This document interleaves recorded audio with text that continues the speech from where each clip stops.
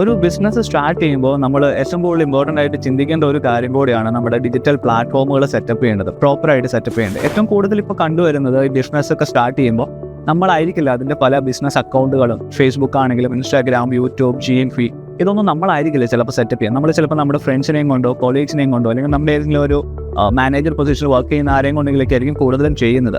So അവർ അത് create ചെയ്യുമ്പോൾ പലതും പല പേരുകളിലും പല ഫോൺ നമ്പറുകളിലും മെയിൽ ഐഡിയിലായിരിക്കും കൂടുതലും അവർ ക്രിയേറ്റ് ചെയ്യുന്നത്.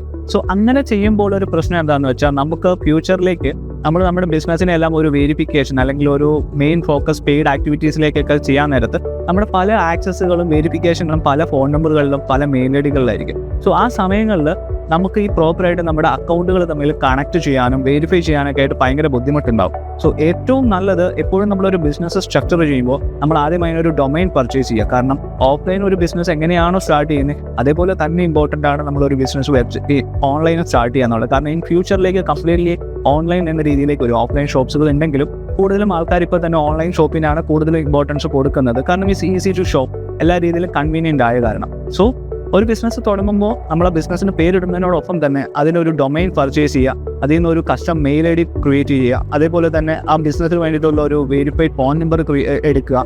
എന്നിട്ട് ഈ ഒഫീഷ്യൽ ആയിട്ടുള്ള ഇമ്പോർട്ടൻറ്റ് ക്രെഡൻഷ്യൽസിൽ നിന്ന് വേണം നമുക്ക് എപ്പോഴും പ്രൊഫഷണൽ അക്കൗണ്ടുകൾ, ബിസിനസ്സിന് വേണ്ടിയിട്ടുള്ള എല്ലാ അസറ്റ്സും കാര്യങ്ങളും എല്ലാം ക്രിയേറ്റ് ചെയ്യുക. സോ അങ്ങനെ ആകുമ്പോൾ നമ്മുടെ ഫ്യൂച്ചറിലേക്ക് നമ്മുടെ ഡിജിറ്റൽ പ്ലാറ്റ്ഫോമുകളും പ്ലേസ്മെൻറ്റ്സും അക്കൗണ്ട്സും കാര്യങ്ങളെല്ലാം കുറച്ചും കൂടെ സെക്യൂർ ആയിരിക്കും.